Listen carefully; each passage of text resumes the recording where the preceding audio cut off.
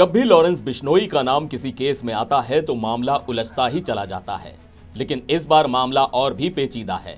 बाबा सिद्दीकी का मर्डर और इस केस में फिर उभर कर आया है बिश्नोई गैंग का नाम।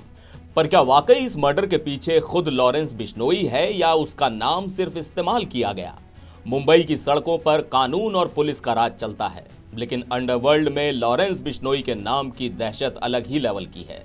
हाल ही में बाबा सिद्दीकी मर्डर केस में उसके गैंग का नाम आया, लेकिन इस केस में पेच कुछ ऐसा फंसा है कि पुलिस भी हैरान है। दरअसल एक शख्स शुभम लोनकर उर्फ शुब्बू ने सोशल मीडिया पर इस मर्डर की जिम्मेदारी लेते हुए लॉरेंस बिश्नोई गैंग का नाम उछाला। पर अब पुलिस इस बात की जांच में जुटी है कि क्या बिश्नोई ने खुद ये मर्डर करवाया था या फिर ये शुब्बू और उसके साथियों का खुद का फैसला था। पुलिस के हाथ अभी तक कोई ठोस सबूत नहीं आया जिससे ये साफ हो सके कि बिश्नोई इस मर्डर के पीछे है या नहीं। लॉरेंस बिश्नोई इस वक्त गुजरात की साबरमती जेल में बंद है और उससे अभी तक मुंबई पुलिस बात नहीं कर पाई है। वहीं फरार आरोपी शुभम लोनकर, शिव कुमार गौतम और जीशान अख्तर के बारे में भी यही शक है कि उन्होंने बिना बिश्नोई की जानकारी के ही ये कॉन्ट्रैक्ट लिया होगा।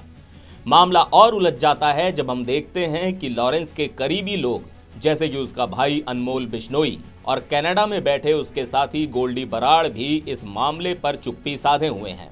आमतौर पर ये लोग किसी भी गैंग एक्टिविटी को लेकर खुलकर बोलते हैं, लेकिन इस बार सबकी चुप्पी पुलिस को भी शक में डाल रही है। अब जो लोग अनमोल बिश्नोई के कारनामों से वाकिफ हैं उन्हें याद होगा कि इसी साल अप्रैल में अनमोल ने सलमान खान के घर पर गोली चलवाने की जिम्मेदारी भी ली थी।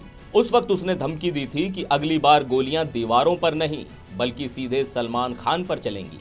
लेकिन इस केस में कुछ और चीजें भी पुलिस को उलझा रही हैं, जैसे कि ये शुभम लोनकर जिसने मर्डर की जिम्मेदारी ली, वो एक 12वीं पास लड़का है। उसने मराठी मीडियम से पढ़ाई की और उसकी हिंदी पर पकड़ भी उतनी मजबूत नहीं है। पुलिस को शक है कि उसके सोशल मीडिया पोस्ट किसी और ने लिखकर उसे दिए और उसने बिना समझे उन्हें पोस्ट कर दिया। बाद में वो पोस्ट डिलीट भी कर दिए। लेकिन सवाल ये भी है कि इस मर्डर के पीछे की असली वजह क्या है। पुलिस को शक है कि स्लम रिहैबिलिटेशन विवाद इस मर्डर की असली वजह हो सकता है। दरअसल बाबा सिद्दीकी एक स्लम रीडेवलपमेंट प्रोजेक्ट के साथ जुड़े थे जिसमें 2000 करोड़ रुपए का घोटाला हुआ था और इस विवाद ने उनके खिलाफ कई लोगों को खड़ा कर दिया था।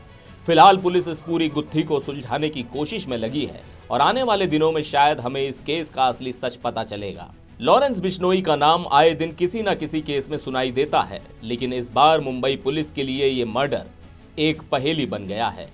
क्या बिश्नोई खुद इस मर्डर के पीछे है या फिर उसके नाम का बस इस्तेमाल हुआ है? ये तो वक्त ही बताएगा।